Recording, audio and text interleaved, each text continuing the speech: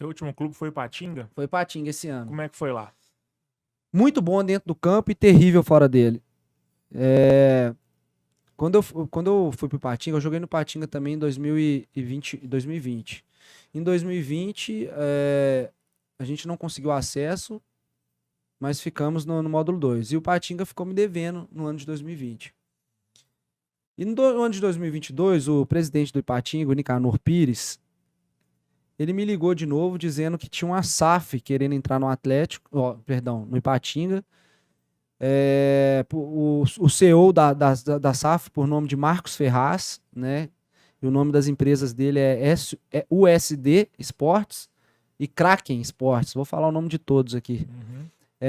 Que queria entrar como SAF no Ipatinga e iria pagar o meu salário e iria também pagar o que ficou de atraso no ano de 2020. O presidente era o mesmo de 2020? Era o mesmo, Nicanor Pires. E aí esse Marcos Ferraz me ligou, pediu para encontrar comigo aqui em Belo Horizonte, sentou comigo numa mesa, num restaurante ali na Savassi, e me prometeu que iria me pagar o de 2020, queria ter meu salário em dia e tal, que para mim não preocupar com o salário, que o dinheiro não ia ser o problema. Uhum. E aí eu voltei pro Ipatinga, né? Voltei pro Ipatinga e tal. E desde o primeiro dia que eu pisei no Ipatinga até o último dia que eu saí, a condições de treino do Ipatinga era precária. A gente conversou isso aqui um pouquinho antes, né? Eu vou falar aqui pro pessoal que tá nos ouvindo aí. Sim. A situação era precária. O Ipatinga não tinha um bom treino de treinamento, um bom campo de treinamento. Os atletas que moravam no clube, no alojamento do clube, que eram mais de 90% dos atletas, não tinham um bom refeitório. A comida sempre era porco, carne de porco. Eu não tô reclamando de carne de porco, eu gosto de carne de porco. Uhum. Mas não é a melhor refeição para um atleta.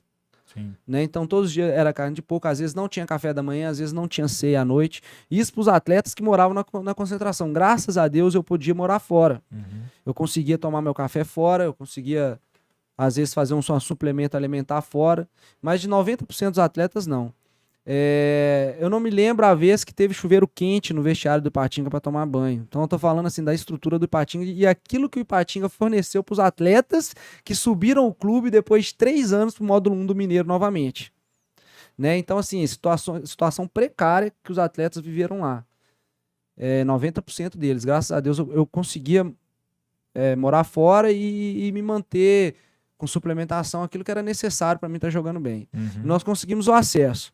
Quando a gente conseguiu o acesso, um mês antes do contrato acabar, do fim do campeonato, eu me lesionei. Eu rompi o tendão de Aquiles do pé esquerdo. Foi treino, jogo? Foi num jogo, Ipatinga e União Luziense, lá em Santa Luzia. A gente venceu por 4-1. Eu fiz um gol nesse jogo. Uhum.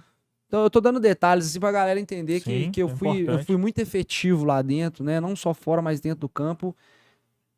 Pra todo o descaso que eles fez, não só comigo, mas com todo o elenco que lá jogou esse ano. Uhum. Aí eu machuquei nesse jogo e rompi o tendão de Aquiles. É uma lesão muito séria, muito séria. Requer um cuidado especial, requer muita fisioterapia pro cara poder voltar bem. Uhum. Tanto que foi essa lesão que praticamente encerrou a carreira do Imperador, do Adriano Imperador. Uhum. Né? Pra você ver que e ele tendo auxílio aos melhores fisioterapeutas. E lá no Ipatinga não tinha fisioterapia.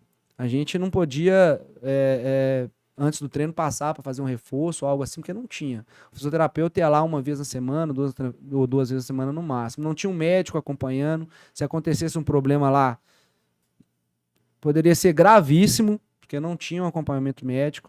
Enfim, as viagens, as logísticas horríveis, os ônibus horríveis. E a gente enfrentou tudo isso porque eu passava isso pros meninos, né? Falava, cara, você precisa jogar aqui pra você conseguir um lugar bom, pra você conseguir ir pra um lugar melhor, pra você viver o que eu já vivi dentro do futebol. Que é estar num lugar onde as pessoas respeitam não só o atleta, mas como ser humano. E aí eu me machuquei. E dentro da Lei Pelé, que é a lei que protege os atletas do futebol, né? Falando isso mais pra galera que tá ouvindo aí entender. Quando o atleta se machuca próximo ao final do contrato dele, a Lei Pelé garante que ele tenha todo o suporte do clube, o clube renove o contrato com ele, isso obrigatoriamente, renove o contrato com ele e dê a ele mais 1 ano de estabilidade. Uhum. E o Ipatinga não fez nada disso comigo. Pelo contrário, não renovaram meu contrato, o último mês de salário, não só meu, como de todos os atletas, não pagaram. Então, todo o elenco do Ipatinga, que subiu o Ipatinga para a primeira divisão, está com o último salário atrasado, sem pagar do contrato. Eles não renovaram meu contrato. a minha cirurgia, eu fiz através do meu plano de saúde. Imagina se eu não tivesse plano de saúde, se eu não tivesse condições de ter um plano de saúde. Fiz através do meu plano de saúde. A fisioterapia, eles pagaram 20 sessões. No dia que eles pararam de pagar, pagaram as 20 sessões, eu ainda mancava. Só pra você ter uma ideia do estágio que eu tava da fisioterapia. Então hoje eu faço fisioterapia por conta própria. Queria mandar um abraço aqui pro Rick, o Ricardo Vidal, que é o fisioterapeuta, foi muito tempo fisioterapeuta do Atlético. Hoje ele é coordenador geral da fisioterapia da CBF, um cara muito bom, um cara excepcional. Faço fisioterapia com ele, velho. Ele me abraçou, deu uma força, falou que ia estar comigo até o final e que ia fazer eu voltar a jogar. Então um abraço pro Rick, um cara excelente, velho, um cara, coração enorme. Faço a fisioterapia por conta própria, agora tô voltando para fazer academia de novo também, tudo por conta própria. O Patinga virou as costas totalmente. Para mim, não só para mim, mas com todo o elenco. Mas no meu caso, um caso mais complicado pelo fato de eu estar machucado, Sim. né? E, enfim, essa foi a minha passagem pelo Patinga. Dentro do campo, a gente fez tudo perfeito, mesmo sem ter as condições necessárias para aquilo. Subimos o time para a primeira divisão depois de 13 anos sem disputar a primeira divisão, né? E eles fizeram todo esse descaso, não só o Ipatinga, né, com o Nicanor Pires, o presidente, mas também o Marcos Ferraz, através das empresas, que ele virou SAF. Tentei, não só eu, como todos o elenco tentou falar com ele várias vezes antes de ir nem o presidente, nem a SAF, ninguém responde. Ninguém responde, Fael. Liga, chama, ninguém atende. Aí eu entrei, né, diretamente nas vias, não sei se a gente pode falar vias de fato, mas colocar na justiça. Judiciais, né? Judiciais.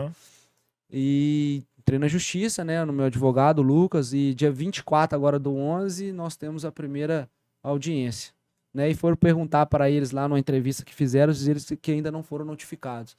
E o Ipatinga vem fazendo esse tipo de trabalho já há muito tempo, né? Você vê que todo mundo que passa lá sai sem receber. Então, assim, eu acho que eu deveria estar falando isso, não só como profissional, mas como ser humano, né? Se algum atleta estiver ouvindo isso, pensar assim, eu acho que eu tô fazendo um bem pro futebol. Alertar as pessoas de como está o Ipatinga hoje e aqueles que dirigem o Ipatinga. O Ipatinga tem uma baita de uma cidade maravilhosa, uma baita de uma infraestrutura maravilhosa de CT, mas está sendo liderado por pessoas erradas. Eu acho que a torcida, toda a cidade devia ver isso e tirar a maçã podre, aqueles que estão na direção do clube agora, e colocar outras pessoas novas. Porque o Ipatinga é grande, cara. O Ipatinga tem camisa. O Ipatinga disputou a Série A do Campeonato Brasileiro. Mas está sendo muito mal administrado. No interior tem alguns exemplos de clubes que estão nos trilhos, aparentemente, como o Atlético. O Boston de Manhuaçu está fazendo um trabalho muito legal. A gente fica chateado, porque eu sou de Caratinga, do lado ali, e a gente já viu o Ipatinga ser, né, prejudicado por dirigentes do passado, que depois acabaram passando aqui no Cruzeiro também. E é triste, cara, ver a situação dessa do Ipatinga. Principalmente que o jogador sem um salário, sem um trabalho, fruto do trabalho dele. Acho que isso é o mínimo, né? E a gente tá falando aqui, Fael, de jogadores, da sua maioria lá, que recebia R$ 1.500. Isso é desumano, cara. Isso é desumano. A gente tem um grupo entre nós lá até hoje. O Ipatinga renovou o contrato com um dos atletas e até emprestou para algum desses times que estão disputando a segundinha, que eles falam, né? Que é a terceira do Mineiro. O Perito subiu agora. Eles emprestaram alguns jogadores para lá e renovaram o salário dos meninos. Renovaram o contrato e emprestaram. Renovaram o contrato, não pagaram o salário. Os meninos passando fome, cara. Eu não vou falar o nome do cara, mas o cara ligando, chamando a gente, que a gente era um dos líderes, falando, velho, os caras não me atendem, minha mãe tá precisando de negócio em casa. E a gente sabe, pô, os caras estão lidando, né, com só jogador de futebol, não. Estão lidando com sonhos ali de atletas que não chegaram ainda, de atletas que estão lutando, quebrando pedra ainda, entendeu? Eu, graças a Deus, tenho minhas coisas, tenho minha família, entendeu? Não, sabe? E agora os outros não, cara, os outros dependem unicamente daquilo. E eles fazerem esse tipo de coisa, sabe? A gente não tá falando de atleta que recebe 300 mil, 400 mil, se ficar meio ano, um ano sem receber, ele vai segurar, ele vai ter aquilo, vai ter a reserva dele para segurar. Não, nós estamos falando de gente que recebe salário mínimo, cara. Eles fazem uma barbaridade dessa, sabe? Isso pra mim, velho, é um absurdo, um absurdo. Eu agradeço vocês pelo espaço que vocês estão dando aqui pra me falar isso, porque é um desabafo.